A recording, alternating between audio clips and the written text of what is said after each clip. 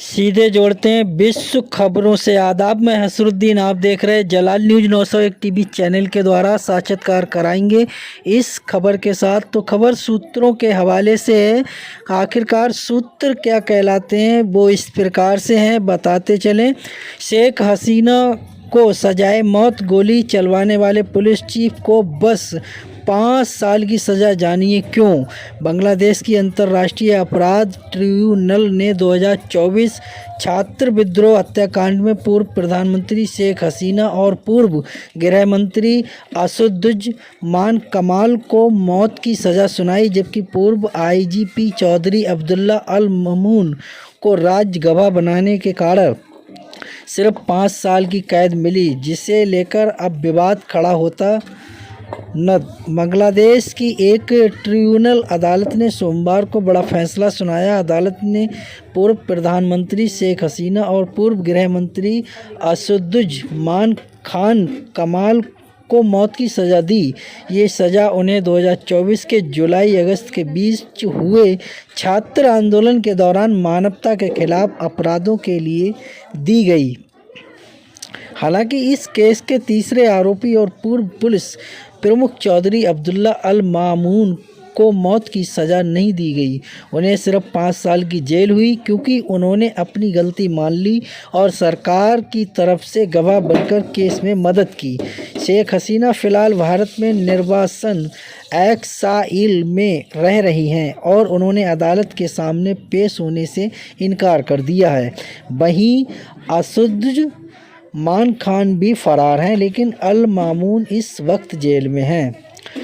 कैसे बची पूर्व पुलिस प्रमुख की जान। चौधरी अब्दुल्ला अल मामून ने अदालत में अपनी गलती मान ली थी और कहा था कि वे सरकार की ओर से गवाह बनना चाहते हैं। जुलाई में इंटरनेशनल क्राइम ट्रिब्यूनल 1 ने उनकी याचिका मान ली थी और उन्हें सरकारी गवाह बनने की इजाज़त दे दी थी।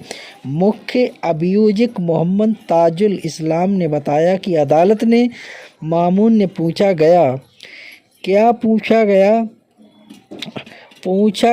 था कि वे अपने ऊपर लगे आरोपों को मानते हैं। इसके जवाब में उन्होंने कहा, हाँ, मैं आरोप स्वीकार करता हूं और सच्चाई सामने लाने में अदालत की मदद करना चाहता हूं। सितंबर में जब वे सरकारी गवाह के रूप में अदालत में पेश हुए, तब उन्होंने कहा कि जुलाई 2024 के छात्र आंदोलन के दौरान हुई हत्याओं के पीछे पूर्व प्रधानमंत्री शेख हसीना और पूर्व गृह मंत्री असदुज्जमान खान कमाल के सीधे आदेश थे। उन्होंने अदालत में कहा, यह नरसंहार शेख हसीना और असदुज्जमान के आदेश पर हुआ था। कृपया मुझे माफ़ कर दीजिए।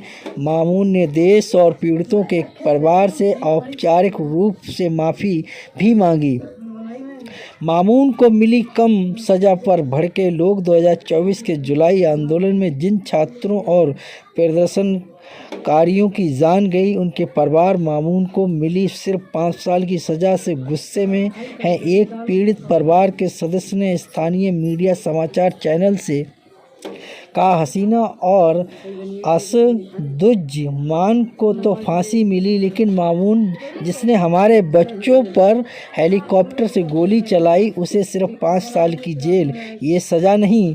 बीएनपी बांग्लादेश ने नेशनलिस्ट पार्टी के नेता और उस आंदोलन के प्रमुख छात्र नेता मीर इस्नोगधो ने कहा कि वे मामून की सज़ा के खिलाफ अपील करेंगे। उन्होंने कहा, हम चाहते हैं कि मामून के लिए कम से कम उम्र कैद की सज़ा हो। 5 साल बहुत कम है। उन्होंने एक टीवी चैनल से कहा, हम मामून की 5 पूरे मामले ने बांग्लादेश की राजनीति में हलचल मचा दी है। देश में ये बहस तेज हो गई कि क्या राज्य गवाह बनकर कोई आरोपी इतनी बड़ी सज़ा से बच सकता है, खासकर तब जब उस पर गंभीर मानवाधिकार उल्लंघन का आरोप हो। फैसले से ये भी स्पष्ट हो गया कि 2024 के छात्र विद्रोह ने जिस तरह शासन व्यवस्था को चुनौती दी थी, उसके राजनीतिक प्रभाव आज भी बेहद गहरे हैं।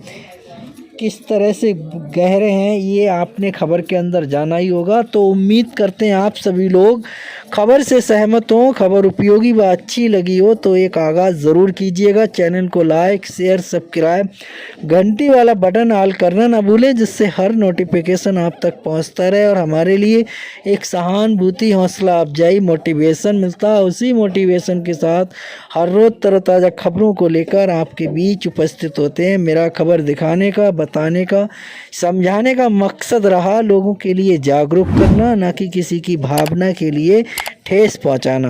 खबरों में हमारे साथ बने रहने के लिए हमारे चैनल जलाल न्यूज़ 901 के लिए सब्सक्राइब करें, जिससे तमाम छोटी बड़ी खबरें आसानी से मिल सकें। जय हिंद।